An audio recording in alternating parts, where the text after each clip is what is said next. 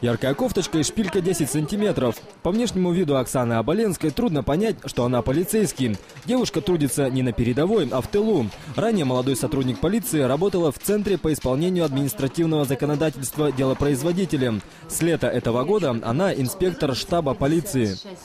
Я записываю в журнал уголовные дела, которые на возбуждении.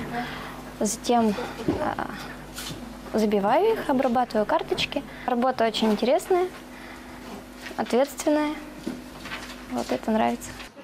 7 октября Оксана Оболенская и еще 5 сотрудников отметят свой профессиональный праздник – День образования штабных подразделений. В этот день, ровно 95 лет назад, при Главном управлении рабоче-крестьянской милиции НКВД были созданы инструкторско-инспекторские отделы. За все это время штабная служба не раз подвергалась реформированию, а к концу 80-х штабы функционировали во всех министерствах и управлениях внутренних дел.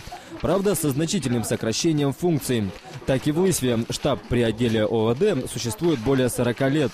Светлана Щипанова, пришедшая работать в конце 90-х, занимает должность старшего инспектора.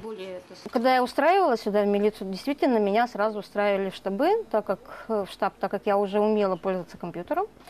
На тот момент, 97 год, это у нас было очень, так скажем, еще мало компьютеров было в городе, но я проходила курсы по собственной инициативе. Штабы органов внутренних дел являются основным органом управления службами и подразделениями органов внутренних дел. Здесь контролируют все действия служб и подразделений, организовывают взаимодействие между ними. Одним словом, штаб – это голова полиции, где основной считается бумажная работа. Функции штабов – это обеспечение оперативно-служебной деятельности всего отдела, непрерывный сбор, анализ информации, обработка этой информации, предоставление данной информации уже руководству для принятия управленческих решений, а также контроль над всеми управленческими решениями руководства отдела внутренних дел. Это также осуществляет штаб. Часы на стене как напоминание о предыдущей профессиональной годовщине. Как говорят сами сотрудники штаба, 95 лет – солидная дата. Но все думают не о 95-летии, а о предстоящем столетнем юбилее. Вот и Оксана Оболенская уже сейчас строит планы на будущее. Получить второе высшее образование юриста, считающимся обязательным требованием для штабного работника.